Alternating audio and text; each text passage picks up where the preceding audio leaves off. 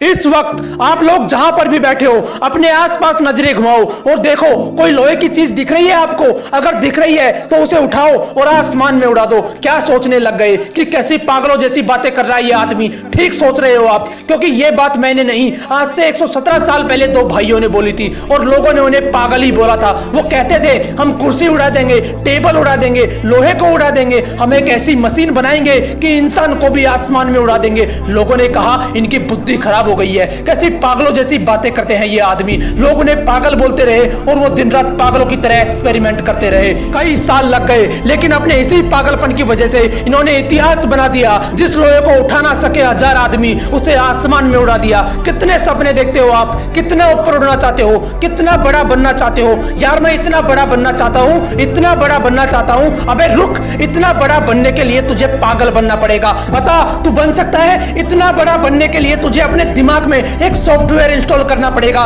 कि मैं 1000 बार फैलूंगा तब भी नहीं रुकूंगा। बोल तू कर सकता है ऐसा? अगर कर सकता है तो तू भी एडिसन जितना बड़ा बन सकता है। एडिसन एक ऐसा महान इंसान जो आज इस दुनिया में नहीं है, लेकिन उसके द्वारा किए गए 1093 आविष्कारों में वो आज भी जिंदा है। ये वही पागल इंसान है जो कहता था कि कांच से लाइट जला दूंगा, रात में भी दिन जैसा माहौल कर दूंगा। उस पर भी लोग चिल्ला रहे थे कि तू पागल हो गया है, ऐसा हो ही नहीं सकता, तू ऐसा कर ही नहीं पाएगा। लेकिन वो इंसान भी जिद्दी इंसान था। उसके पागलपन ने उसे ना रुकने दिया ना थकने दिया। हर बार फेल होने के बाद सिर्फ एक ही बात बोलता था कि साला एक बार और ट्राई करूंगा। वो 1000 बार फेल हुआ, लेकिन उसी पागल इंसान ने बल्ब का आविष्कार किया और इस दुनिया को रोशन करके चला गया। बनना चाहते हो इनकी तरह? बनना तो चाहता हूं, लेकिन मेरे पास इतनी फैसिलिटीज नहीं है। कुछ करना तो चाहता हूं, लेकिन मेरे पास पैसे नहीं है। बड़ा बनना तो चाहता हूं, लेकिन मेरा आईक्यू कम है। अबे रुक, कितना कम है तेरा आईक्यू? किताब में लिखा हुआ तो समझ में आता है ना तुझे। तेरा दिमाग जिम के जितना कमजोर तो नहीं है,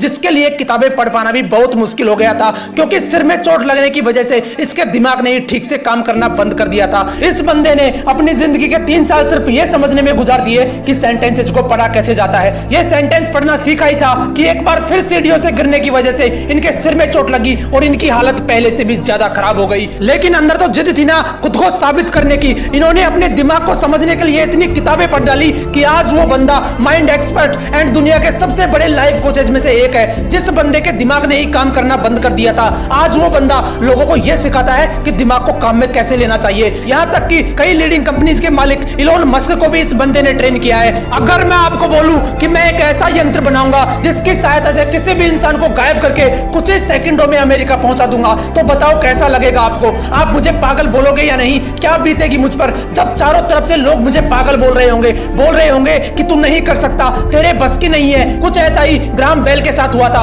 वो बोलते थे कि ऐसा यंत्र बनाऊंगा जिससे आप भगवान की तरह हजारों किलोमीटर दूर बैठे किसी भी इंसान से बात कर पाओगे। लोगों ने कहा ये पागल हो गया है, इसकी बुद्धि फिर गई है। लोग चिल्लाते रहे उस पर, लेकिन वो नहीं रुका। एक के बाद एक एक्सपेरिमेंट